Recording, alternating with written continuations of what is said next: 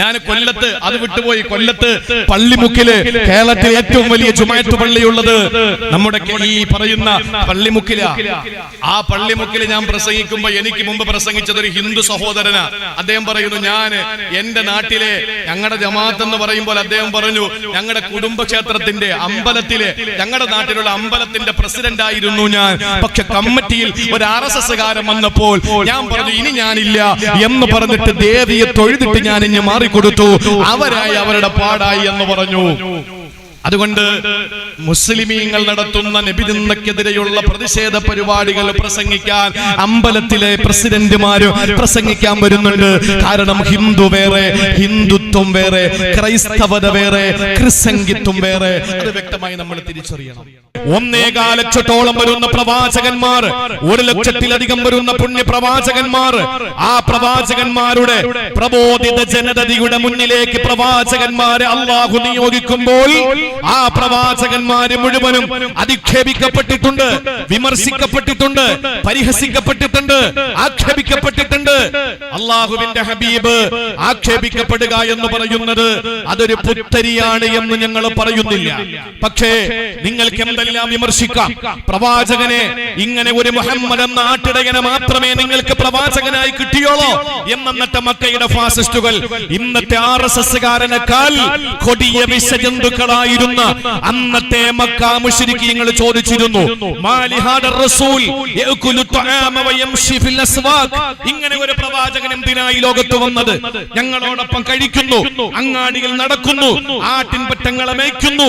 ഇങ്ങനെ ഒരു പ്രവാചകനെ മാത്രമേ അള്ളാഹു എന്ന് പറയുന്ന സൃഷ്ടാവിന് കിട്ടിയോളോ എന്ന് ചോദിച്ച മനോഹരമായ പ്രതിഷേധങ്ങളാകാമായിരുന്നല്ലോ നിങ്ങൾക്ക് പ്രവാചകനെ പറ്റി അധിക്ഷേപിക്കാൻ. അങ്ങനെയുള്ള എന്തെല്ലാം നിങ്ങൾക്ക് പറയാമായിരുന്നു. പ്രവാചകൻ ഒരു മനുഷ്യനാണ് എന്ന് നിങ്ങൾക്ക് പറയാമായിരുന്നല്ലോ. പ്രവാചകൻ ഭക്ഷണം കഴിക്കുന്ന, വെള്ളം കുടിക്കുന്ന, മലമൂത്ര വിസർജനം ചെയ്യുന്ന, ചൂടും തണുപ്പും അറിയുന്ന, സിരകളിലൂടെ ചുടുനിണം ഒഴുകുന്ന, എല്ലാ സന്തോഷവും സന്താപവും തിരിച്ചറിയുന്ന ഒരു പച്ചയായ മനുഷ്യനാണ് എന്ന് നിങ്ങൾക്ക് പരിഹസിക്കാമായിരുന്നല്ലോ. അതൊന്നുമല്ല നിങ്ങൾ പരിഹസിച്ചത്. നിങ്ങൾ എന്താ പരിഹസിച്ചത്? പ്രവാചകൻ ബാലപീഡകനാണ് പോലും. ഞങ്ങൾ ആഗ്രഹിക്കുന്നത് പ്രവാചകൻ സല്ലല്ലാഹു അലൈഹി വസല്ലമ തങ്ങൾ ആരാണ് എന്ന് സമൂഹത്തിനെ പഠിപ്പിക്കാനാണ്. ഞങ്ങൾക്കറിയാം RSSകാരനൊന്നും ഇത് കേൾക്കൂല, BJPക്കാരൊന്നും ഇത് കേൾക്കൂല. കേട്ടാ തന്നെ തിരിച്ചറിയാനുള്ള ബുദ്ധിശക്തിയും ഓർമ്മശക്തിയും അതിനുള്ള തലച്ചോറൊന്നും അവർക്കില്ല എന്ന് ഇവിടെ വ്യക്തമാണല്ലോ. ഇവിടെ വ്യക്തമാണ്. എന്റെ പ്രിയപ്പെട്ട സഹോദരങ്ങളെ, ഞാനൊരു കാര്യം ഒരു അക്കാഡമിക് തലത്തിൽ നിന്നുകൊണ്ട് ഒരു പഠന വിധേയമാക്കാൻ വേണ്ടിയിട്ട് ഞാൻ എന്റെ സഹോദരങ്ങളോട് പറയാം. അള്ളാഹുവിന്റെ ഹബീബ് ആയിഷ ബീവി എന്ന 9 വയസ്സുകാരിയെ 50 വയസ്സുകാരനായ മുത്തളി മുഹമ്മദ് മുസ്തഫ സല്ലല്ലാഹു അലൈഹി വസല്ലമ തങ്ങൾ വിവാഹം കഴിക്കുന്ന കാലഘട്ടം ഏതാണ്? ഏത് കാലഘട്ടത്തിലാണ്? ഞാൻ ഒരുപാട് നീട്ടിക്കൊണ്ടുപോകൂല. ഞാൻ എന്റെ പ്രിയ സഹോദരങ്ങളുടെ ശ്രദ്ധയിലേക്ക് ഞാൻ പറയുകയാണ്.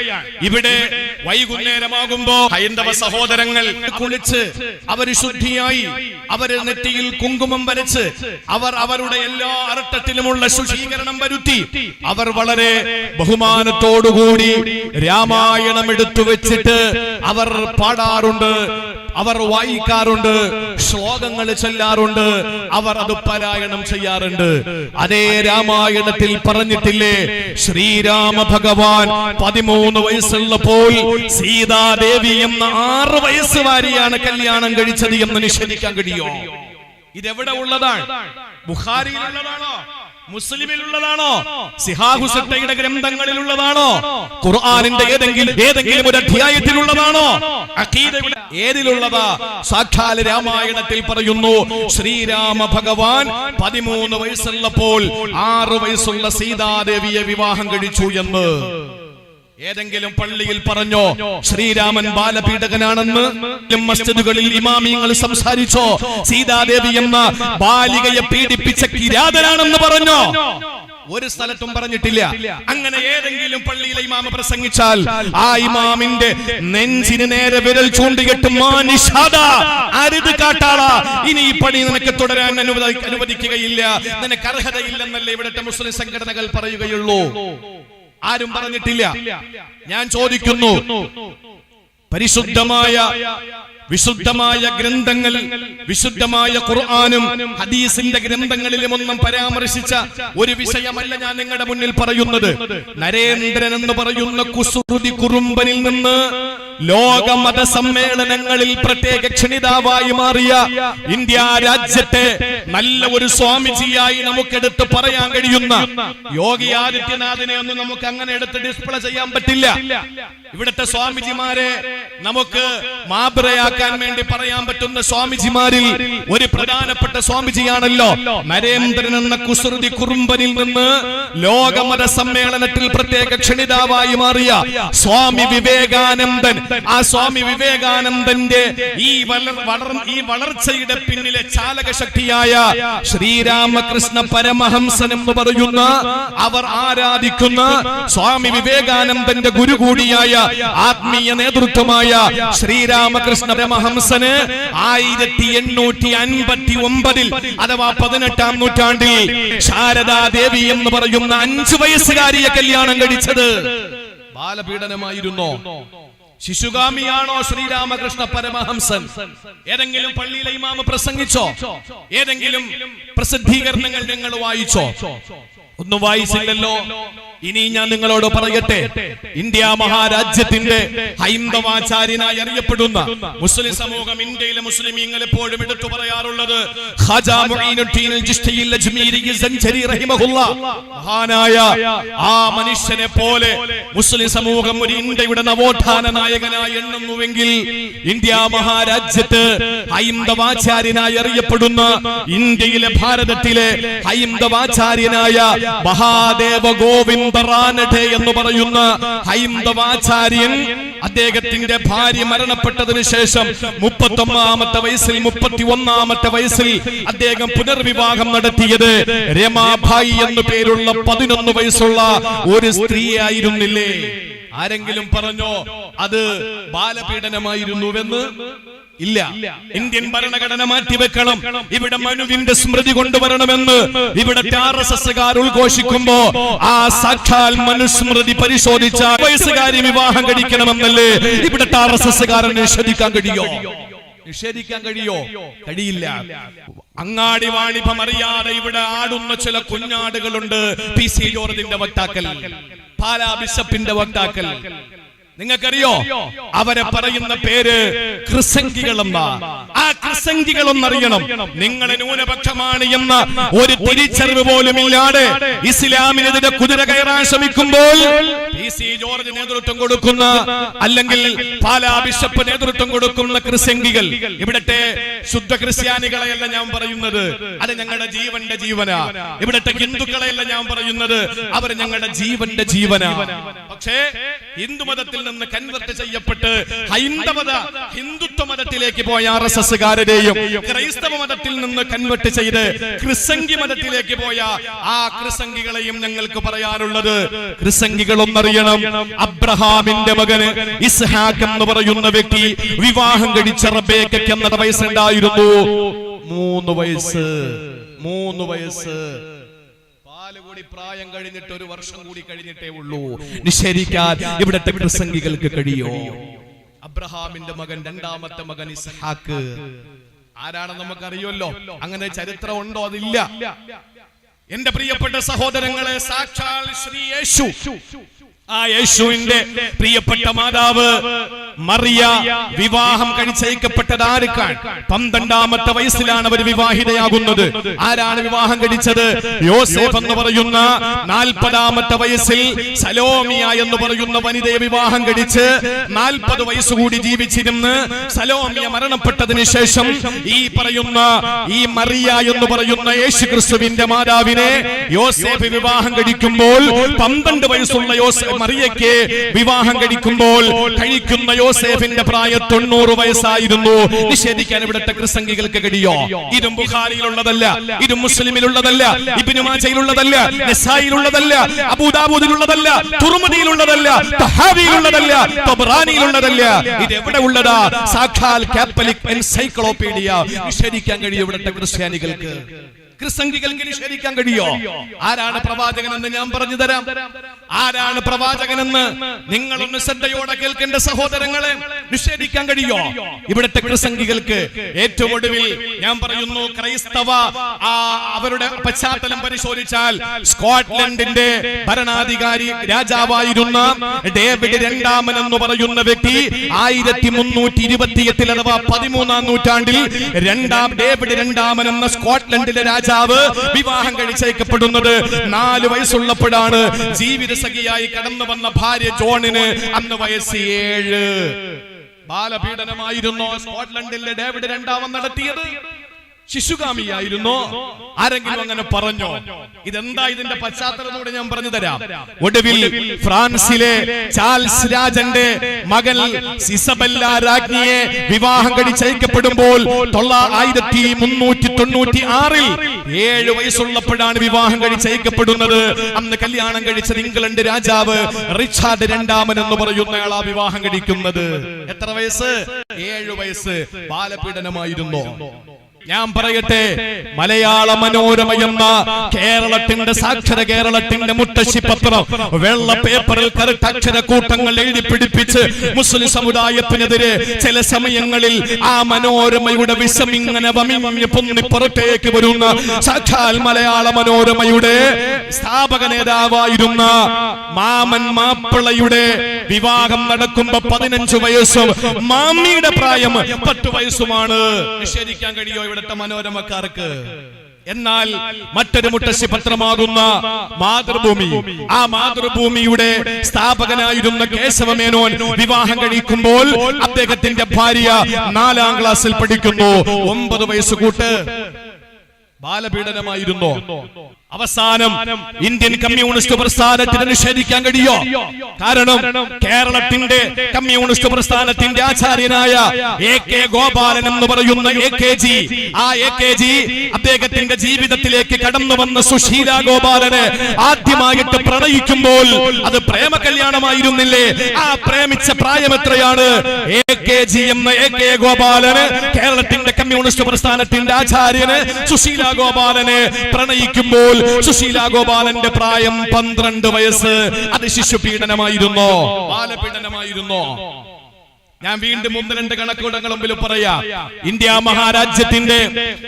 മഹാരാജ്യത്തിന്റെ നിരീശ്വരവാദ പ്രസ്ഥാനത്തിന്റെ നേതാവായിരുന്ന എന്ന് പറഞ്ഞാൽ അബ്ദുൽ ജബ്ബാർ മാഷിന്റെയും ജാമിദയുടെയും അസ്ഗർ അലിയുടെയും ഒക്കെ നേതാവായിരുന്ന ഇന്ത്യ മഹാരാജ്യത്തിന്റെ നിരീശ്വരവാദ പ്രസ്ഥാനങ്ങളുടെ നേതാവ് പെരിയാർ രാമസ്വാമി അവിടത്തെ പ്രിയപ്പെട്ട ഭാര്യയായി നാഗമ്മയെ കല്യാണം കഴിച്ചത് 13-ാമത്തെ വയസ്സിലല്ലേ? നിഷേധിക്കാൻ കഴിയും ഇവിടുത്തെ നിരീശ്വരവാദികൾക്ക്? കഴിയില്ല. ഞാൻ എന്റെ പ്രിയപ്പെട്ട സഹോദരങ്ങളോട് പറയുന്നു, ഇത് നിഷേധിക്കാൻ ആർക്കും കഴിയില്ല. ഇന്ത്യ മഹാരാജ്യത്തിന്റെ രാഷ്ട്രപിതാവ് നമുക്ക് മറക്കാൻ പറ്റില്ലല്ലോ. ഞങ്ങളെ ജീവന തുല്യം സ്നേഹിക്കുന്ന മഹാത്മാഗാന്ധിജി, ആ മഹാത്മാഗാന്ധിജി 13 വയസ്സുള്ളപ്പോഴല്ലേ കസ്തൂർബ എന്ന് പറയുന്ന ഭാര്യ 14 വയസ്സുള്ളവരെ വിവാഹം കഴിച്ചത്? ഗാന്ധിജി ബാലപീഡകനായിരുന്നോ? ഇന്ത്യ രാജ്യത്തിന്റെ ഭരണഘടന വിശുദ്ധ ഖുർആൻ വലത് കൈയിൽ പിടിച്ച് ഇടത് കൈയിൽ ഇന്ത്യൻ ഭരണഘടനയെ ചേർത്ത് പിടിക്കുന്ന ഇവിടുത്തെ മുസ്ലിം ഉമ്മത്ത്, ഈ മുസ്ലിം ഉമ്മത്ത് ഭരണഘടന അനുശാസിക്കുന്നതിന്റെ അപ്പുറത്ത് ഒരു മുസ്ലിം മാറ്റി ചവിട്ടിയിട്ടില്ല. ഇന്ത്യൻ ഭരണഘടന, ആ ഇന്ത്യൻ ഭരണഘടനയുടെ ഭരണഘടനാ ശില്പിയായ ഡോക്ടർ ബാബാ സാഹിബ് അംബേദ്കർ 1906 അഥവാ 19-ാം നൂറ്റാണ്ടിൽ അംബേദ്കർ 15 വയസ്സുള്ളപ്പോഴല്ലേ 9 വയസ്സുള്ള രമാദേവിയെ വിവാഹം കഴിച്ചത്? ബാലപീഡനമായിരുന്നോ? എഴുതി വെച്ചോ.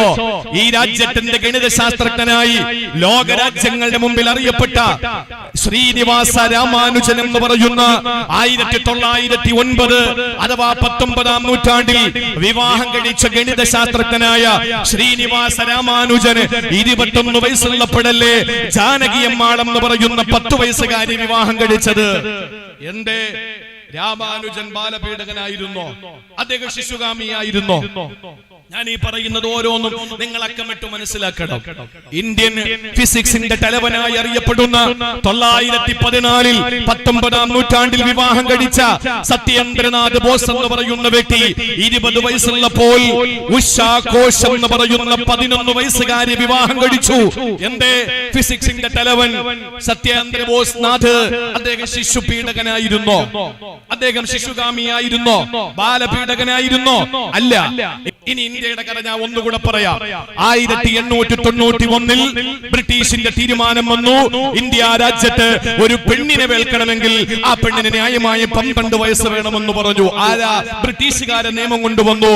എപ്പോഴാ? 891 18ാം നൂറ്റാണ്ടിന്റെ ഒടുക്കത്തിൽ. എന്താ പറഞ്ഞത്? 12 വയസ്സുള്ള പെണ്ണിനെ മാത്രമേ ശാരീരികമായി ഉപയോഗിക്കാൻ പാടുള്ളൂ. അല്ല, ഞങ്ങൾക്ക് 10 വയസ്സായി ചുരുക്കി തരണമെന്ന് പറഞ്ഞ് ഇവിടെ സമരം ചെയ്തതാരാ? നിഷേധിക്കാൻ ഇന്ത്യ രാജ്യത്തെ ഏതെങ്കിലും ഒരു ജനാധിപത്യ വിശ്വാസി തയ്യാറാകുമോ? ഇന്ത്യ മഹാരാജ്യത്ത് 10 വയസ്സെങ്കിലും അനുവദിച്ചു തരണമെന്ന് പറഞ്ഞത് ഇന്ത്യൻ ദേശീയ പ്രസ്ഥാനത്തിന്റെ നേതാവായിരുന്ന ബാലഗംഗാധര തിലകനായിരുന്നില്ലേ? അദ്ദേഹം ബാലപീഡകനാണോ? അദ്ദേഹം ശിശുഗാമിയാണോ? എന്റെ പ്രിയപ്പെട്ട സഹോദരങ്ങളെ, തൽക്കാലം ഞാൻ കണക്ക് അവസാനിപ്പിച്ചുകൊണ്ട് ഞാൻ ചോദിക്കുകയാണ്. ഇനിയും പറയാനുണ്ട്. ഹരിയാന ഹൈക്കോടതിയുടെ തീരുമാനം വന്നു, 16 വയസ്സുള്ള മുസ്ലിം പെണ്ണിന് വിവാഹം കഴിക്കാൻ അനുവാദം കൊടുക്കണം. 2022 അങ്ങനെ ഒരു തീരുമാനം വന്നെങ്കിൽ 8ാം നൂറ്റാണ്ടിൽ 9 വയസ്സുകാരിയായ ആയിഷ ബീബി റളിയല്ലാഹു അൻഹയെ 50 വയസ്സുകാരനായ മുത്തളി മുഹമ്മദ് മുസ്തഫ സല്ലല്ലാഹു അലൈഹി വസല്ലമ തങ്ങൾ വിവാഹം കഴിച്ചതിൽ എന്താ ക്ഷേമമാ പറയാനുള്ളത്? ഒന്നുമില്ല. ഈ കണക്കുകൾ മുഴുവനും മുൻനിർത്തിയിട്ട് ഞാൻ നിങ്ങളോട് പറയുന്നു, ഇതൊന്നും ആരും ഒരു ചർച്ചയ്ക്ക് എടുത്തിട്ടില്ല. കാരണം ഇത് കാലഘട്ടത്തിന്റെ പ്രത്യേകത.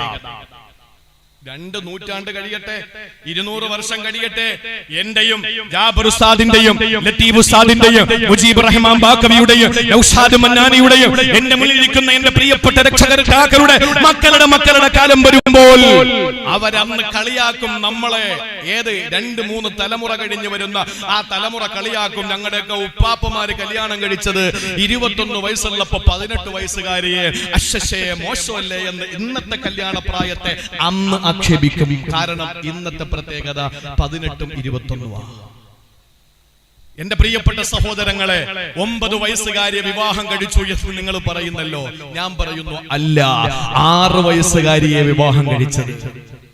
6 വയസ്സുള്ള ആയിഷ എന്തിനാ മടിക്കുന്നത്? ഞങ്ങൾക്ക് ധീരമായിട്ട് വെല്ലുവിളിക്കാൻ കഴിയും, ഞങ്ങൾക്ക് ധൈര്യമായി വെല്ലുവിളിക്കാൻ കഴിയും. ഹബീബായ നബി തങ്ങൾ ഞങ്ങൾക്ക് ധൈര്യമായിട്ട് ലോകത്ത് എവിടെ ചെന്ന് വൈറ്റ് ഹൗസിൽ ജോസഫ് ബൈഡന്റെ മുമ്പിലോ ഇന്ത്യൻ പാർലമെന്റിൽ ചെന്ന് നരേന്ദ്രമോദിയുടെ മുമ്പിലോ കേരള ജനാധിപത്യത്തിന്റെ ശ്രീകോവിലിൽ ചെന്നിട്ട് സഖാവ് പിണറായി വിജയനെ വേണമെങ്കിൽ ഞങ്ങൾക്ക് വെല്ലുവിളിക്കാം. ലോകത്തുള്ള മുഴുവൻ ഭരണാധികാരികളെ ഞങ്ങൾക്ക് വെല്ലുവിളിക്കാം. എന്തുകൊണ്ട്? ഞങ്ങളുടെ മിടുക്കല്ല, ഞങ്ങളുടെ ഹബീബായ നബി തങ്ങളുടെ ജീവിതം അത്രയും സംശുദ്ധമായതുകൊണ്ട് ഞങ്ങൾക്ക് വെല്ലുവിളിക്കാം. ആരെയും ഞങ്ങൾക്ക് പേടിക്കേണ്ടതില്ല. ഞങ്ങളുടെ പ്രവാചകൻ ആയിഷ ബീവി എന്ന പ്രിയപ്പെട്ട മഹദിയായ ഭാര്യയുടെ മടിയിൽ തല വെച്ച് കിടന്നപ്പോൾ ഞാൻ എന്റെ ഹബീബിന് തല ചീകി കൊടുത്തിട്ടുണ്ട് എന്ന് പറഞ്ഞ് ആയിഷ ബീവി റളിയല്ലാഹു അൻഹ, ഞങ്ങൾ ഒരേ പാത്രത്തിൽ നിന്ന് കുളിച്ചിട്ടുണ്ടെന്ന് പറഞ്ഞ് ആയിഷ ബീവി റളിയല്ലാഹു അൻഹ, മോളെ ആയിഷ, നീ പിണങ്ങുമ്പോ എനിക്ക് നന്നായിട്ട് അറിയാം മോളെ. എങ്ങനെ അറിയും ഹബീബേ? നീ പിണങ്ങുമ്പോ ഇബ്രാഹിം നബിയുടെ നാഥനെ തന്നെയാണ് സത്യമെന്ന് പറയൂ. നീ ഇണക്കത്തിന്റെ സമയമാണെങ്കിൽ പറയൂ നബിയേ അങ്ങയുടെ നാഥനെ തന്നെയാണ് സത്യമെന്ന് പറയൂ. അതിലൂടെ ഒരു വാക്കിലൂടെ എനിക്ക് നിനക്ക് എന്നോടുള്ള ചെറിയ പിണക്കത്തെ തിരിച്ചറിയുമെന്ന് പറഞ്ഞ മാതൃകാ ദാമ്പത്യ കുടുംബ ജീവിതത്തിന്റെ മഹിതമായ മാതൃക ലോകത്തിന്റെ മുമ്പിൽ കാണിച്ചു കൊടുത്തു. ഞങ്ങൾക്ക് ധീരമായിട്ട് പറയാൻ കഴിയും. അല്ലാഹുവിന്റെ ഹബീബ് സല്ലല്ലാഹു അലൈഹി വസല്ലമ തങ്ങൾ 6 വയസ്സുള്ളപ്പോൾ 51ാമത്തെ വയസ്സിൽ നബി തങ്ങൾ വിവാഹം കഴിച്ചു. വീട് കൂടിയത് 53ാമത്തെ വയസ്സിൽ നബി തങ്ങൾ ഹിജ്റ പോയി. ആ ഹിജ്റ പോയതിനു ശേഷം മദീന എന്ന് പറയുന്ന യസ്രിബിൽ വെച്ച് ആയിഷ ബീവിക്ക് പനി പിടിച്ചു. മൊട്ടയായി തലമുണ്ടനം ചെയ്യപ്പെട്ടവളെ പോലെ ജ്വരപ്പനി പിടിച്ച് ആയിഷ ബീവി റളിയല്ലാഹു തആലാന്റെ പനി പിടിച്ചിട്ട് ശരീരത്തെ തലമുടി മുഴുവനും കൊഴിഞ്ഞു പോയപ്പോ ആ ആയിഷ ബീവിയുടെ പ്രിയപ്പെട്ട ഉപ്പ അബൂബക്കർ സിദ്ദീഖ് തങ്ങൾ വന്നിട്ട് പറഞ്ഞു, നബിയെ കൊണ്ടുപോകുന്നില്ല എന്റെ മോളെ, വിവാഹം കഴിഞ്ഞിട്ട് 3 കൊല്ലം ആയില്ലേ, അന്ന് എന്റെ പൊന്നുമോക്ക് 6 വയസ്സ്, ഇന്ന് എന്റെ പൊന്നുമോക്ക് 9 വയസ്സ്, അന്ന് നിങ്ങൾക്ക് 51, ഇന്ന് 53 ആയില്ലേ, നിങ്ങൾക്ക് എന്റെ ഹബീബെ എന്റെ മകളെ കൊണ്ടുപോകില്ലേ എന്ന് ചോദിച്ച് അവസാനം മദീനയിൽ വെച്ചാണ് വീട് കൂടിയത്. 9ാമത്തെ വയസ്സിൽ, വിവാഹം കഴിച്ചത് 6ാമത്തെ വയസ്സിലാണ്. എന്തിനാ മടിക്കേണ്ടത്? ആ കാലഘട്ടത്തിന്റെ പ്രത്യേകത എങ്ങനെ മനസ്സിലാക്കാം? 40ാമത്തെ വയസ്സിൽ റിസാലത്തുൻ നബുവത്തും കിട്ടി. 40ാമത്തെ വയസ്സിൽ റിസാലത്തുൻ നബുവത്തും കിട്ടി. ആ സമയത്ത് ആളുകൾ എന്തൊക്കെ പറഞ്ഞു? നേരത്തെ ഞാൻ പറഞ്ഞല്ലോ, അങ്ങാടിയിലൂടെ നടക്കുന്ന, ആട്ടിൻപറ്റങ്ങളെ മേച്ച് നടക്കുന്ന, ഞങ്ങളോടൊപ്പം ഭക്ഷണം കഴിക്കുന്ന ഈ മുഹമ്മദ് എന്ന അബ്ദുള്ളയുടെ മകനെ കിട്ടിയോളോ പടച്ചവന് ഒരു നേതാവായി, ഒരു പ്രവാചകനായി എന്ന് പറഞ്ഞ് ആക്ഷേപിച്ചു. 11 കൊല്ലം കഴിഞ്ഞ് 51ാമത്തെ വയസ്സിൽ വിവാഹം കഴിച്ചപ്പോ ഇതേ ആളുകളിൽ പലരും ജീവിച്ചിരിപ്പുണ്ടല്ലോ. അവരാരെങ്കിലും കളിയാക്കിയോ? എടോ മുഹമ്മദ് 51ാമത്തെ വയസ്സില് എന്ന് പറഞ്ഞാൽ 50ന്റെ നിറവിൽ നിൽക്കുന്ന അങ്ങ് 6 വയസ്സുകാരി വിവാഹം കഴിച്ചത് മോശമായി പോയി എന്ന് ആരെങ്കിലും പറഞ്ഞോ? ആരും പറഞ്ഞില്ല. ആയിഷ ബീവിയെ നബി സല്ലല്ലാഹു അലൈഹി വസല്ലമ തങ്ങൾക്ക് അന്നത്തെ ആളുകൾക്ക് വിവാഹം നടപ്പിലാക്കി കൊടുക്കുന്ന ഖൗലത്ത് എന്ന് പറയുന്ന സ്വഹാബിയത്തായ വനിത ഈ ആലോചനയുമായി നബി തങ്ങളുടെ മുമ്പിൽ ചെല്ലുമ്പോൾ നബി തങ്ങൾ അനുവാദം കൊടുത്ത് ഈ ഖൗലത്ത് വന്നിട്ട് ആയിഷ ബീവിയുടെ ഉമ്മ ഉമ്മു റൂമാനോട് വാപ്പ അബൂബക്കറിനോട് ഈ വിഷയം പറയുമ്പോൾ അബൂബക്കർ സിദ്ദീഖ് ചാടി വീണ് എന്റെ മോളെ നബിക്ക് കെട്ടിച്ചു കൊടുക്കാന്ന് പറഞ്ഞില്ല. എന്താ പറഞ്ഞത്? കേട്ടോളിൻ, ചരിത്രം പഠിക്കിൻ. എന്താ പറഞ്ഞത്? എന്റെ മകളെ മറ്റൊരാൾ വിവാഹം കഴിക്കാൻ ചോദിച്ചിരിക്കുകയാണ്, ഞാൻ അതിന്റെ ഏകദേശം ഒരു ധാരണ വരെ എത്തി നിൽക്കുകയാണ്, അയാളോട് ഞാനൊന്ന് ചോദിക്കട്ടെ, അതിനുശേഷം ഞാൻ മറുപടി പറയാമെന്ന് പറഞ്ഞു. അല്ലാതെ കളിച്ചോണ്ട് നിന്ന ഒരു പെണ്ണിനെ പിടിച്ചോണ്ട് വന്ന് കെട്ടിയതല്ല, മറിച്ച് അവൾക്ക് വിവാഹപ്രായമെത്തിയെന്ന് ബോധ്യം വന്നപ്പോ ആ കാലഘട്ടത്തിന്റെ ചുവരെഴുത്ത് മനസ്സിലാക്കിയിട്ട് വിവാഹാലോചന വന്ന് വിവാഹം നടത്തി കൊടുക്കാനുള്ള തീരുമാനമെടുത്തിരിക്കുമ്പോഴാണ് നബി തങ്ങളുടെ ആലോചന വരുന്നത്. അതുകൊണ്ടാണ് നബി തങ്ങൾക്ക് അബൂബക്കർ സിദ്ദീഖ് റളിയല്ലാഹു അൻഹു വിവാഹം കഴിച്ചു കൊടുത്തത്. അല്ലാതെ നബി തങ്ങൾ ഓടിച്ചിട്ട് പിടിച്ചു കൊണ്ടുവന്നതല്ല. ഇതൊന്നും ഞങ്ങൾക്ക് വിയർത്തുകൊണ്ട് പറയേണ്ട കാര്യമൊന്നുമില്ല. പക്ഷേ പൊതുസമൂഹത്തിന് നബി തങ്ങളുടെ വിവാഹത്തിനെ പറ്റി പറയാനുള്ള ഒരു അവസരം നിങ്ങൾ ഉണ്ടാക്കി തന്നിരിക്കാൻ. 1ാം നൂറ്റാണ്ടിൽ വന്നോ, 2ാം നൂറ്റാണ്ടിൽ വന്നോ, 3ാം നൂറ്റാണ്ടിൽ വന്നോ, 4ലും 5ലും 6ലും 7ലും വന്നില്ല. 8ലും 9ലും 10ലും 11ലും തീരെ വന്നില്ല. 12ലും 13ലും 14ലും 15ലും 16ലും വന്നില്ല. 17ലും 18ലും അങ്ങനെ ഒരു സംസാര വിഷയമില്ല. ഏറ്റവും ഒടുവിൽ 19ാം നൂറ്റാണ്ടെത്തിയപ്പോൾ അതുവരെയും ആയിഷ ബീവി എന്ന 9കാരിയെ 50കാരനായ മുഹമ്മദ് കെട്ടിയത് മോശമാണ് എന്ന് പറയാതിരുന്ന ആളുകൾ എല്ലാവരും അത് കാലഘട്ടത്തിന്റെ പ്രത്യേകതയാണ് എന്ന് നേരത്തെ ഞാൻ നിരത്തി വെച്ച കണക്കുകൾ വെച്ച് നമ്മൾ മനസ്സിലാക്കുമ്പോൾ അതൊക്കെ ആ കാലഘട്ടത്തിന്റെ പ്രത്യേകതയും ശാരീരികമായ എഴുത്തുകൾ അങ്ങനെയാണ് എന്നിരിക്കവേ അവരാരും വിമർശിക്കാതിരിക്കുമ്പോൾ 19ാം നൂറ്റാണ്ടിൽ കൃത്യമായി പറഞ്ഞാൽ 1905 ഡേവിഡ് സാമുവൽ എന്ന് പറയുന്ന കിരാതനായ ലോകം കണ്ട ഏറ്റവും വൃത്തിഹീനനായ ഡേവിഡ് സാമുവലാണ് ആദ്യമായിട്ട് നബി തങ്ങൾ ആ 9 വയസ്സുകാരി വിവാഹം കഴിച്ച ശിശുഗാമിയാണ് എന്ന് പരിചയപ്പെടുത്തിയത്. അപ്പോഴാണ് പ്രസംഗിച്ചത്, അപ്പോഴാണ് എഴുതി പിടിപ്പിച്ചത്. അന്നാണ് ഇങ്ങനെ ഒരു സ്റ്റേറ്റ്മെന്റ് ഇറക്കുന്നത്. 19ാം നൂറ്റാണ്ടിന് മുമ്പ് അഥവാ 1905 മുമ്പ് പ്രവാചകനെതിരെ മോശമായ പുസ്തകങ്ങൾ എഴുതിയ പ്രവാചകനെതിരെ മോശമായ പുസ്തകങ്ങൾ എഴുതിയ പലരും ഉണ്ടായിരുന്നു. തസ്ലിമ നസ്രിൻ അടക്കം, സൽമാൻ റുഷ്ദി അടക്കം, അന്ന് രാജ്യം ഭരിച്ച രാജീവ് ഗാന്ധി പോലും ഇടയ്ക്ക് പറഞ്ഞു ഇന്ത്യയിൽ ഒരു പുസ്തകം ഞങ്ങൾ ഇറക്കുമതി ചെയ്യൂല എന്ന് പറഞ്ഞു. ഇങ്ങനെ പ്രവാചകനെതിരെ രൂക്ഷ വിമർശനവുമായിട്ട് ഗ്രന്ഥങ്ങൾ എഴുതി, നബിതങ്ങളെ പറ്റി ആക്ഷേപിച്ചുകൊണ്ട് പുസ്തകങ്ങൾ എഴുതി, സെമിനാറുകളും നടത്തി. പക്ഷേ അവരാരും ഈ വിവാഹത്തിന്റെ വിഷയം ഉന്നയിച്ചിട്ടില്ല.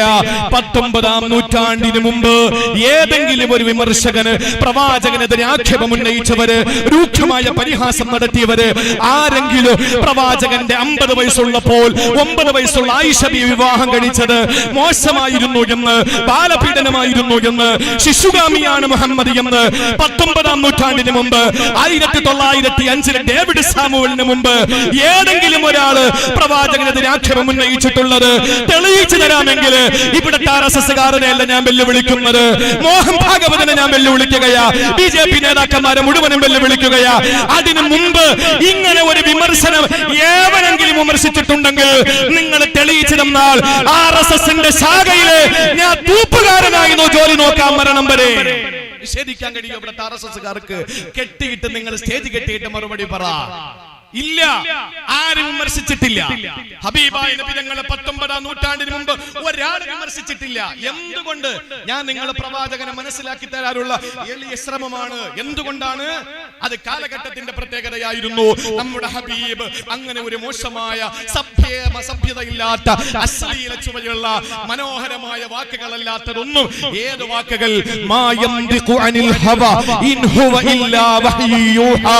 ഏഴാകാശത്തിന്റെ മുകളിൽ നിന്ന് സർവാധിനാഥനായ അല്ലാഹുവിന്റെ കൽപ്പനകളല്ലാതെ ഒരക്ഷരം പോലും നബി തങ്ങൾ മിണ്ടിയിട്ടില്ല. നബിതങ്ങളൊന്നും പറഞ്ഞിട്ടില്ല. ഇന്ത്യ രാജ്യത്തിന്റെ വാനമ്പാടിയായ ശ്രീമതി സരോജിനി നായിഡു മരിക്കുന്നതിന് ബിഫോർ 7 days 7 ദിവസം മുമ്പ് കൊൽക്കത്തയിലെ ജനാരവത്തിന്റെ മുമ്പിൽ, സഹസ്രജനങ്ങളുടെ മുമ്പിൽ ശ്രീമതി സരോജിനി നായിഡു പ്രസംഗിച്ചത് ഇസ്ലാമിന്റെ സംസ്കൃതിയെ പറ്റിയായിരുന്നു. ഹബീബായ നബി തങ്ങളുടെ വ്യക്തിപ്രഭാവത്തിന്റെ പ്രോക്ഷണതയെ പറ്റിയായിരുന്നു. കപൂർ ശർമ്മമാർ എവിടെ കുരച്ചാലും പാതിരാത്രി കുരയ്ക്കുന്ന ശോനനെ പോലെ ഈ സമൂഹം പുറങ്കാല് കൊണ്ട് ചവിട്ടിയെറിയുന്നു. ഞങ്ങൾ സ്വീകരിക്കുന്നത് രാജ്യത്തിന്റെ വാനമ്പാടിയായ സരോജിനി നായിഡുവിന്റെ വാക്കുകളാണ്. സരോജിനി നായിഡു മരിക്കുന്നതിന് 7 ദിവസം മുമ്പ് കൊൽക്കത്തയിൽ പ്രസംഗിച്ചത് ഇസ്ലാമിനെ പറ്റി, മുഹമ്മദ് നബിയെ പറ്റിയാ. മഹാനായ ഗാന്ധിജി, മഹാത്മജി, ആ ഗാന്ധിജി ബ്രിട്ടീഷുകാരന്റെ ജയിലിൽ കിടന്ന് കരയുകയാണ്. ബ്രിട്ടീഷുകാരൻ ചോദിച്ചു, എന്തിനാ കരയുന്നത്?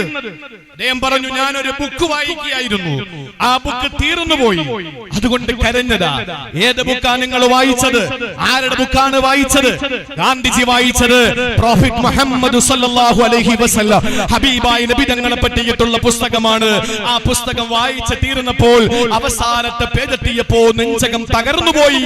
ഇനിയും 10 പേജ് ഉണ്ടായിരുന്നെങ്കിൽ എന്ന് കൊതിച്ചുപോയി. മൈക്കിൾ എച്ച് ഹാർട്ട് എല്ലാവർക്കും അറിയാം. ഞാനത് കഥ പറയാനല്ല, ഞാൻ നിങ്ങളുടെ വരികൾക്കിടയിലൂടെ ഒരു കാര്യം സൂചിപ്പിക്കാൻ പറയുന്നു. മൈക്കിൾ എച്ച് ഹാർട്ട് ശുദ്ധ ക്രിസ്ത്യാനിയായിരിക്കവേ ദ 100 എന്ന ഗ്രന്ഥം എഴുതി. 100 പ്രമുഖരുടെ പേരെഴുതപ്പെട്ട ചരിത്രം പറയുന്ന ഗ്രന്ഥത്തിൽ ക്രിസ്ത്യാനിയായ ഈ മൈക്കിൾ എച്ച് ഹാർട്ട് ദ 100 എന്ന ഗ്രന്ഥത്തിൽ ഒന്നാമതായി എഴുതേണ്ടത് ക്രിസ്ത്യാനിയായ അദ്ദേഹം ശ്രീ യേശുവിനെ പറ്റിയാകണ്ടേ. അദ്ദേഹം യേശുവിനെ 3-ാം പേജിൽ കൊടുത്തിട്ട് 5-ാമത്തെ പേജിൽ കൊടുത്തത് കാരുണ്യത്തിന്റെ പ്രതീകൻ നബി മുഹമ്മദ് മുസ്തഫ സല്ലല്ലാഹു അലൈഹി വസല്ലം തങ്ങളെ പറ്റി. അതെല്ലാവർക്കും അറിയും. ഞാൻ പറയുന്നു, അറിയാത്തൊരു കാര്യം പറയാ. 100 പ്രമുഖ വ്യക്തികളുടെ പേര് പറയുന്നത് 100 എന്ന ഗ്രന്ഥത്തിൽ 320 പേജുകളുണ്ട്. ആ 320 പേജ് 100 പേരെ പറ്റി പറയുമ്പോ 320 പേജുള്ള ഗ്രന്ഥത്തിൽ ഒരാൾക്ക് 3 പേജും 2 വരിയും കൊടുക്കണ്ടേ? നീതി അതല്ലേ? 320 പേജുള്ളപ്പോ 100 പേരെ എഴുതുമ്പോ ഒരാളെ പറ്റി 3 പേജും 2 വരിയും കൊടുക്കണ്ടേ? പക്ഷേ ഈ മൈക്കിൾ എച്ച് ഹാർട്ട് 100 പ്രമുഖ വ്യക്തികളെ പറ്റിയിട്ട് പരാമർശിക്കുമ്പോ 320 പേജുള്ള പുസ്തകത്തിൽ ഹബീബായ നബി തങ്ങളെ പറ്റിയിട്ട് എഴുതാൻ വേണ്ടി മൈക്കിൾ എച്ച് മാറ്റിവെച്ചത് 16 പേജുകളായിരുന്നു. 5 ഇരട്ടി. എന്തേ? അള്ളാഹുവിന്റെ ഹബീബിനെ പറ്റി അവർക്ക് പറയാനുണ്ട്. അതുകൊണ്ടാണ് ഞാൻ ചോദിക്കട്ടെ, ഫ്രീഡം പാർട്ടി എന്ന തീവ്ര വലതു സംഘടനയുടെ നേതാവായിരുന്ന ഡച്ച് പാർലമെന്റേറിയനായിരുന്ന ജ്വാറം എന്ന് പറയുന്ന വ്യക്തി ഇസ്ലാമിനെതിരെ രൂക്ഷമായിട്ട് വിമർശിച്ചയാളാണ്. അള്ളാന്റെ ഹബീബിനെ വല്ലാതെ അപകീർത്തിപ്പെടുത്തി. ഇന്ന് യൂറോപ്പിൽ അദ്ദേഹവും കുടുംബവും ഇസ്ലാമിന്റെ പ്രബോധകരാണ്. അർണോട്ട് എന്ന് പറയുന്ന ഫിത്ന എന്ന സിനിമ ഇറക്കിയ നെതർലാൻഡിലെ പാർലമെന്റേറിയൻ. നെതർലാൻഡ് പറയുമ്പോ ഒരുത്തന്റെ കാര്യം പറയാതിരിക്കാൻ നിവർത്തിയില്ല. എന്ത് ചെയ്യാൻ? പറയാതിരിക്കാൻ നിവർത്തിയില്ലല്ലോ. പലരും വിളിച്ചു പറഞ്ഞു, പലരും ഉപദേശിച്ചു. ഉപദേശിക്കാൻ എല്ലാവർക്കും അവകാശമുള്ളത് കൊണ്ടാണ് പലരും ഉപദേശിക്കുന്നത്. ഇവിടെ നിന്നും പലരും എന്നെ വിളിച്ചുപദേശിച്ചു, വാക്കുകൾ ഒന്ന് സൂക്ഷിക്കണം, നല്ലതാണ് എന്ന്. പക്ഷേ ഇതൊക്കെ കേൾക്കുമ്പോൾ നമുക്ക് എങ്ങനെയാണ് ഒന്ന് വിമർശിക്കാതിരിക്കാൻ കഴിയുക, ഒന്ന് പറയാതിരിക്കാൻ എങ്ങനെയാണ് കഴിയുക? നമുക്കൊന്നും ചെയ്യാൻ പറ്റൂലല്ലോ. നമുക്ക് വലിയ കോളൊക്കെ സൃഷ്ടിക്കാൻ കഴിഞ്ഞില്ല, ഒരു കൊടുങ്കാറ്റാവാൻ പറ്റുന്നില്ല, ഒരു ഇളം പെന്നലെങ്കിലുമായി പ്രതിഷേധിക്കാൻ നമുക്ക് ഇങ്ങനെ ഒരു രാത്രിയിൽ നമ്മുടെ ശരീരത്തിന്റെ ഊർജം അങ്ങനെയെങ്കിലും ഒന്ന് ചെലവഴിക്കാൻ കഴിഞ്ഞില്ലെങ്കിൽ എന്താ ഹബീബിനോടുള്ള പ്രണയം? നെതർലാൻഡിൽ ഇരുന്നു കൊണ്ട് സെബാസ്റ്റ്യൻ പുന്നക്കൽ എന്ന് പറയുന്ന ഒരു വ്യക്തി, നല്ല തണ്ടിയും ശരീരവുമുണ്ട്, മക്കൾക്ക് പണിയെടുത്തിട്ട് ഭക്ഷണം കൊടുത്തൂടെ? നബി തങ്ങളെ വിമർശിച്ചുകൊണ്ടാണ് അയാൾ കാശുണ്ടാക്കുന്ന യൂട്യൂബ് വരുമാനം. നെതർലാൻഡിലെ സെബാസ്റ്റ്യൻ പുന്നക്കൽ മലയാളിയാണ്. അയാൾ നബി തങ്ങളെ എന്നും ആക്ഷേപിക്കുന്നവനാണ്. ഒരു മറുനാടൻ മാമ മലയാളിയെ പോലെ, ഇവിടുത്തെ കോളാമ്പി ഫേസ്ബുക്ക് ചാനൽ പോലെ, അതുപോലെ തന്നെ ഒരുപാട് അക്കമിട്ട് പറയാൻ ഒരുപാടുണ്ട്. ഞാൻ പറയട്ടെ സഹോദരങ്ങളെ, ഈ പറയപ്പെടുന്ന നെതർലാൻഡ് പാർലമെന്റേറിയനായ ഫിത്ന എന്ന സിനിമ ഇറക്കിയ ഈ അർണോഡ് എന്ന് പറയുന്ന വ്യക്തി അവസാനം നബി തങ്ങളെ പറ്റി മനസ്സിലാക്കിയിട്ട് മുസ്ലിമായെന്ന് മാത്രമല്ല, റൗള ശരീഫിന്റെ മുമ്പിൽ വന്ന് ഹബീബായ നബി തങ്ങളുടെ ഖുബ്ബത്തുൽ ഖളറായിന്റെ ചുവട്ടിലിരുന്ന് പൊട്ടി പൊട്ടി കരഞ്ഞ് മാപ്പ് ചോദിച്ചിട്ട് അല്ലാഹുവിന്റെ ഹബീബിനെ കൊണ്ട് വിശ്വസിച്ചിട്ട് കുടുംബസമേതം ഇസ്ലാമിലേക്ക് കടന്നു വന്നു. എന്നാൽ ഏറ്റവും നല്ല ക്രൈസ്തവ മിഷനറിയായിരുന്ന ഡാനിയൽ എന്ന് പറയുന്ന വ്യക്തി, അയാൾ സ്വിറ്റ്സർലൻഡിലെ പ്രമുഖനാണ്. അയാൾ ഇസ്ലാമിനെ പറ്റി പഠിച്ചു. ആദ്യം രൂക്ഷ വിമർശകനായിരുന്നു, പിന്നീട് അദ്ദേഹം ഇസ്ലാമിലേക്ക് കടന്നു വന്നു. ഇന്ന് കുടുംബത്തോടെ ഇസ്ലാമിലാണ്. അദ്ദേഹം ഇസ്ലാമിന്റെ പ്രബോധകനാണ്. നിങ്ങൾക്ക് പഠിക്കാൻ അവസരമുണ്ട്, നിങ്ങൾ പഠിക്കാൻ തയ്യാറായാൽ മതി. ഇനി അതല്ല, നിങ്ങൾക്ക് ഇതിലൊന്നും താല്പര്യമില്ലെങ്കിൽ, നിങ്ങൾക്ക് ഈ വോണ്ടർട്ടിലിയെ പോലെ, ഹീദർ മാത്യൂസിനെ പോലെ, കേശീഷ് കളയെ പോലെ, കാറ്റ് ജീവനെ പോലെ, ഫാത്തിമ ശബരിമലയെ പോലെ, കമല സുറയ്യയെ പോലെ, ടോണി ബ്ലെയറിന്റെ കുടുംബത്തിലെ പെണ്ണിനെ പോലെ നിങ്ങൾക്ക് ഇസ്ലാമിനെ പഠിച്ച് മുസ്ലിമായി നിങ്ങൾക്ക് അല്ലാഹുവിന്റെ ഹബീബിന്റെ അനുയായിയായി മാറാൻ നിങ്ങൾ തയ്യാറല്ല, അതിന് നിങ്ങൾക്ക് സൗകര്യമില്ല എങ്കിൽ ഞങ്ങൾ ഇപ്പോഴും പറയുന്നു, നിങ്ങൾ ഇസ്ലാമിലേക്കൊന്നും വരണ്ട. അത് ഹിദായത്തുള്ളവൻ അല്ലാഹു തആല കൊടുക്കുന്നവന് മാത്രമേ ഇസ്ലാമിലേക്ക് വരാൻ പറ്റൂ. ഒരു പള്ളിയിലെ ജുമയ്ക്ക് പോകുന്ന ഒരു ഇമാം എന്നുള്ള നിലയിൽ എനിക്ക് തന്നെ അല്ലാഹു ഹിദായത്ത് എപ്പോഴാ ഊരിക്കളയുന്നതെന്ന് പറയാൻ പറ്റൂല. 12,000-12,000-ഓളം വരുന്ന മുറബ്ബിയായ ശൈഖന്മാരുടെ ശൈഖായിരുന്ന, ആയിരക്കണക്കിന് മദ്രസകൾ നടത്തിയിരുന്ന ജുനൈദുൽ ബഗ്ദാദിയുടെയും അല്ലാമ ശിബിലി റഹിമഹുള്ളയുടെയും ഒക്കെ മുറബ്ബിയായ ശൈഖായിരുന്ന അബൂ അബ്ദുല്ലാഹിൽ അംദലൂസി റഹിമഹുള്ള, അവസാനം അദ്ദേഹത്തിന്റെ ഹിദായത്തും വിലായത്തും അല്ലാഹു തആല ഊരിക്കളഞ്ഞപ്പോൾ അരപ്പട്ട കെട്ടിയിട്ട്, ക്ലോഹയിട്ട് അരപ്പട്ട കെട്ടിയിട്ട് പന്നികളെ മേച്ച് നടന്നു. അവസാനം വീണ്ടും അല്ലാഹു തആല ഹിദായത്ത് കൊടുത്ത് ഇസ്ലാമിലേക്ക് കടന്നു വന്നു. 12,000-ഓളം വരുന്ന മുറബ്ബിയായ ശൈഖുമാരുടെ ശൈഖായിരുന്ന, ആയിരക്കണക്കിന് ഖാൻഗാഹുകളുടെ ഗുരുനാഥനായിരുന്ന, ആയിരക്കണക്കിന് മദ്രസകൾ നടത്തിയിരുന്ന, നിരവധി ഉലമാക്കളുടെ മുറബ്ബിയായ ശൈഖായിരുന്ന അബൂ അബ്ദുല്ലാഹിൽ അംദലൂസിയുടെ ശിഷ്യന്മാരാണ് ജുനൈദുൽ ബഗ്ദാദിയും അല്ലാമ ശിബിലി റഹിമഹുള്ള അടക്കമുള്ളവര്. അവസാനം ഒരു ക്രിസ്തീയ പെണ്ണിനെ വിവാഹം കഴിക്കണമെന്ന് പറഞ്ഞ് ആ പെണ്ണിന്റെ പിതാവിന്റെ മുമ്പിൽ ചെന്ന് കാലു പിടിച്ച് അയാൾ വെച്ച ഡിമാൻഡുകൾ അംഗീകരിച്ച് പന്നിയെ മേച്ചുകൊണ്ട് നടന്നു. അദ്ദേഹം ദഅവത്ത് നടത്തുന്ന ഊന്നുവടി പന്നിയെ മേയ്ക്കാൻ വേണ്ടി ഉപയോഗിച്ചു. അദ്ദേഹം ധരിച്ചിരുന്ന കന്തൂറയുടെ അരഭാഗത്ത് അരപ്പട്ട കെട്ടിയിട്ട് ഒരു മാർപ്പാപ്പയെ പോലെ നടന്നിരുന്നു. അവസാനം അദ്ദേഹത്തിന് പഠിച്ച ഖുർആനിന്റെ ഒരായത്ത് പോലും ഓർമ്മയില്ലാതെയായി. അവസാനം ഹദീസുകൾ 30,000-ഓളം ഹദീസ് മനപ്പാടമുണ്ടായിരുന്ന അദ്ദേഹത്തിന്റെ ഒരു ഹദീസ് പോലും അദ്ദേഹത്തിന് മനപ്പാടമില്ലാതെ പോയി. അവസാനം അല്ലാഹു ഹിദായത്തും വിലായത്തും തിരിച്ചു കൊടുത്തു. അദ്ദേഹം വിശുദ്ധ ഖുർആൻ മനനം ചെയ്തു. ആ ഹദീസുകൾ വീണ്ടും മനപ്പാടമാക്കി. അതുകൊണ്ട് ഹിദായത്ത് അല്ലാഹു തആല ആർക്കാ ഊരുന്നെന്ന് പറയാൻ പറ്റൂല. അതുകൊണ്ട് നിങ്ങൾ മുസ്ലിം ആകണമെന്ന് ഞങ്ങൾക്ക് അഭിപ്രായമില്ല. RSSകാരാ, നിങ്ങളൊരു ഹിന്ദുവായി ജീവിക്കും, നിങ്ങളൊരു ഹിന്ദുവായി ജീവിക്കും. ക്രിസ്തംഗികളെ നിങ്ങളൊരു ക്രിസ്ത്യാനിയായി ജീവിക്കും. സമാധാനം നമുക്ക് പങ്കിട്ടെടുക്കാം. എത്ര മനോഹരമാണ്. നാൽക്കവലയാകുന്ന ഈ ചിറ്റുമൂല ജംഗ്ഷനിൽ നിൽക്കുമ്പോ ഇവിടെ ചർച്ചുണ്ട്, എനിക്കറിയാം. ഇവിടെ അമ്പലവുമുണ്ട്, നന്നായിട്ടറിയാം. സഹോദരങ്ങളെ, അതിന്റെയൊക്കെ മുന്നിലൂടെ സൈക്കിൾ ചവിട്ടി പോയിട്ടുള്ള ആളാണ് ഞാൻ. പറയുന്നു, ഈ ചർച്ചും ഈ അമ്പലവും ഈ മസ്ജിദും ഒക്കെ ഇവിടെ നിലനിൽക്കുന്നത് ഇവിടുത്തെ ഹിന്ദുക്കളും ക്രിസ്ത്യാനികളും മുസ്ലിമീങ്ങളും ഇവിടെ സഹോദരങ്ങളെ പോലെ കഴിയുന്നത്. അത് മതി, ഇവിടെ മുസ്ലിങ്ങൾ മാത്രം മതി എന്ന് പറയുന്നവനെ ടിക്കറ്റ് എടുത്തിട്ട് പോകുന്നല്ലോ ശിഹാബ് ചേറ്റൂര്, അദ്ദേഹത്തിന്റെ കൂടെ അങ്ങ് വിട്ടേക്ക്, അങ്ങ് മദീനയിൽ പോട്ടെ, ഇവിടെ വേണ്ട, ഇവിടെ വേണ്ട. ഇവിടെ ഹിന്ദു രാജ്യമാക്കണമെന്ന് പറയുന്നവന് വേറെ എങ്ങോട്ടെങ്കിലും പറഞ്ഞു വിട്ടേക്കണം. ഇവിടെ ക്രൈസ്തവ രാജ്യമാക്കണമെന്ന് പറയുന്നവന് അവനെ അവന്റെ വഴിക്ക് വിട്ടേക്കണം. ഇവിടെ ഹിന്ദുവും മുസ്ലിമും ക്രിസ്ത്യാനിയും തോളോട് തോളെ നിൽക്കുന്ന മഴവിൽ മനോഹരിതയിൽ ഇവിടെ ജീവിക്കാൻ പറ്റുന്നവരുടെ ജീവിച്ചാൽ മതി.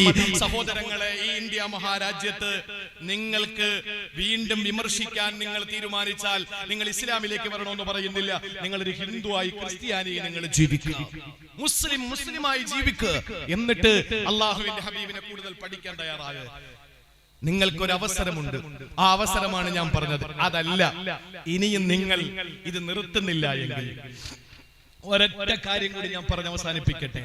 നിങ്ങൾ നിർത്തുന്നില്ലെങ്കിൽ ഒരു താക്കീതാണ്, ഇതൊരു താക്കീതാണ്, ശക്തമായ താക്കീതാണ്. അള്ളാഹുവിന്റെ റസൂലിന്റെ മുന്നിൽ വന്നൊരു ക്രിസ്ത്യാനി മുസ്ലിമായി, നബി തങ്ങളുടെ ഒരു സഹാബിയായി, അദ്ദേഹം നബി തങ്ങളുടെ റൈറ്ററായി, നബി തങ്ങളുടെ കാത്തിബുൽ വഹിയായി, വഹി എഴുതി വെക്കുന്ന ഒരാളായി, നബി തങ്ങൾക്ക് വലിയ പ്രിയമായി, അദ്ദേഹം നബി തങ്ങളുടെ സതീർത്ഥ്യനായി, നബി തങ്ങളുടെ സഖാവായി. അവസാനം വീണ്ടും അദ്ദേഹം കൺവെർട്ട് ചെയ്തിട്ട് ക്രൈസ്തവ മതത്തിലേക്ക് പോയി. എന്നിട്ട് അവിടെ ചെന്നിട്ട് പറഞ്ഞ എന്താണെന്നറിയോ? ഈ മുഹമ്മദിന് ഞാൻ എഴുതി കൊടുത്തതല്ലാതെ ഒരു ചുക്കും അറിയില്ല എന്ന് പറഞ്ഞു. മുഹമ്മദിന് ഒന്നും അറിയില്ല, ഞാൻ എന്തെഴുതി കൊടുത്തു അതല്ലാത്ത ഒന്നും മുഹമ്മദിന് അറിയൂല. മുസ്തഫ നബി തങ്ങൾ ഒരു അക്ഷരവും മിണ്ടിയില്ല, നബി തങ്ങളുടെ സഹാബത്ത് ഒന്നും മിണ്ടിയില്ല. കുറെ നാള് കഴിഞ്ഞ് ഇയാള് ചത്തു. ആളുകൾ കൊണ്ടുവന്ന് കുഴികുട്ടി അടക്കി. പിറ്റേന്ന് നേരം വെളുത്ത് പ്രഭാത കിരണം പൊട്ടി വിടർന്നപ്പോ കിഴക്കന് ചക്രവാളത്തിൽ അതിന്റെ അരണന്റെ കിരണങ്ങൾ പ്രകടമായപ്പോ ഇയാളുടെ ബോഡി റിജക്ട് ചെയ്തു, ഭൂമി സ്വീകരിച്ചില്ല. ആളുകൾ പറഞ്ഞു മുഹമ്മദിന്റെ അനുയായികൾ ചെയ്തതാണ്. ഒന്നും മിണ്ടിയില്ല, പ്രതികരിച്ചില്ല. വലിയ കുഴികുട്ടി അടക്കി. രണ്ടാം ദിവസവും ഭൂമി പുറത്തള്ളി, മൂന്നാം ദിവസവും പുറന്തള്ളി. ആകാശത്തിനപ്പുറത്തുള്ള ദൈവത്തിന്റെ ഈശ്വരന്റെ ഇടപെടലാണ് എന്ന് മനസ്സിലാക്കിയിട്ട് ജനങ്ങൾ ആ ബോഡി ഉപേക്ഷിച്ചു. എന്താ? ഹബീബായ നബി തങ്ങളെ വിമർശിക്കാൻ നിങ്ങൾ നിന്നാൽ നിങ്ങൾക്ക് മരിച്ചിട്ട് കുഴിയിൽ പോലും കിടക്കാൻ കഴിയില്ല.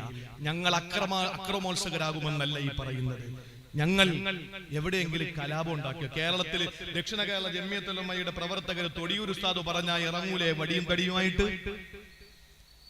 മഹാനായ സയ്യിദുൽ ഉലമ ജിഫരി മുത്തുക്കോയ തങ്ങൾ പറഞ്ഞാൽ സമസ്തയുടെ മക്കൾ ഇറങ്ങൂലേ? മഹാനായ ശൈഖുന കാന്തപുരം അബൂബക്കർ ഉസ്താദ് പറഞ്ഞാൽ സമസ്തയുടെ സമസ്തയുടെ മക്കൾ ഇറങ്ങൂലേ? ചിന്തിച്ചു നോക്ക്. അല്ലാമ മൗലാനാ നജീബ് മൗലവി ഉസ്താദ് അവர்கள் പറഞ്ഞാൽ സംസ്ഥാനങ്ങളുടെ മക്കൾ ഇറങ്ങൂലേ? അബ്ദുൽ അസീസ് സാഹിബ് പറഞ്ഞാൽ ജമാഅത്ത് ഇസ്ലാമിയുടെ പ്രവർത്തകർ ഇറങ്ങൂലേ? ഹുസൈൻ സലവി പറഞ്ഞാൽ, ബാലുശ്ശേരി പറഞ്ഞാൽ മുജാഹിദ് പ്രവർത്തകർ ഇറങ്ങൂലേ? കായംകുളത്ത് നിന്നോ അല്ലെങ്കിൽ ഡൽഹി നിസാമുദ്ദീൻ നിന്നോ ഇവിടെ തബ്ലീഗിന്റെ പ്രവർത്തകർക്ക് നിർദ്ദേശം കൊടുത്താൽ അവരിറങ്ങൂലേ? ജാബിർ ഉസ്താദ് വെള്ളിയാഴ്ച പള്ളിയിൽ നിങ്ങൾ എന്തേ ഇങ്ങനെ മടിച്ചിരിക്കുന്നു?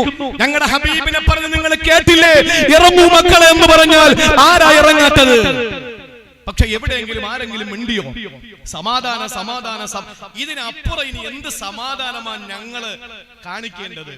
ഞങ്ങളുടെ നേതാവിനെ പറഞ്ഞു, ഞങ്ങളുടെ ഹബീബിനെ പറഞ്ഞു, ഇതിനപ്പുറം ഇനി ഒന്നുമില്ല. ഞങ്ങളെ പറ്റി പറഞ്ഞിട്ട് ഏതെങ്കിലും ക്ഷേത്രങ്ങൾ തകർത്തോ, ഏതെങ്കിലും ചർച്ചുകൾ തകർത്തോ, ഏതെങ്കിലും RSSന്റെ ശാഖകൾ തല്ലി തകർത്തോ? ഒന്നും ഞങ്ങൾ ചെയ്തില്ല. കാരണം ഞങ്ങളുടെ പ്രവാചകൻ ആയിഷ ബിബി പറഞ്ഞു, ലം യകുൻ ഫാഹിഷൻ വലാ മുതഫഹിഷൻ വലാ സഖാബൻ ഫിൽ അസ്വാഖി വലാ യജ്സിഉ ബിസയ്യത്തി സയ്യിഅ വലാകി യഅഫു വയസ്ഫഹു.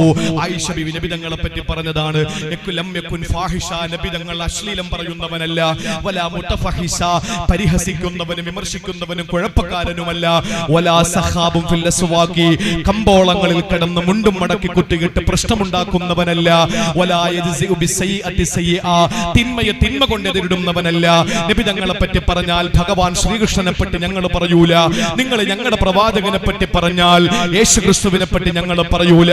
നിങ്ങൾ ഞങ്ങളെ പറ്റി എന്ത് പറഞ്ഞാലും, ഞങ്ങളുടെ നേതാവിനെ എന്ത് വിമർശിച്ചാലും ഞങ്ങൾ ഇതുപോലെ മൈക്ക് വെച്ച് കെട്ടിയിട്ട് ഞങ്ങളുടെ ഊർജം കളഞ്ഞുകൊണ്ട് ഞങ്ങളുടെ ചോര വിയർപ്പാക്കിയിട്ട് ഞങ്ങളൊന്ന് നിലവിളിച്ച് ഞങ്ങളുടെ ഹബീബിന്റെ പേരിൽ കുറെ സ്വലാപ്പ് ചൊല്ലു, ഞങ്ങളുടെ പ്രവാചകൻ അതായിരുന്നു എന്ന് ഞങ്ങളുടെ ഉമ്മത്തിനെ ഒന്ന് പഠിപ്പിക്കൂ. അല്ലാതെ ഞങ്ങൾ ഒരു വിമർശനവും അല്ലെങ്കിൽ ഒരു പ്രശ്നവും ഞങ്ങൾ ഉണ്ടാക്കുന്നില്ലല്ലോ.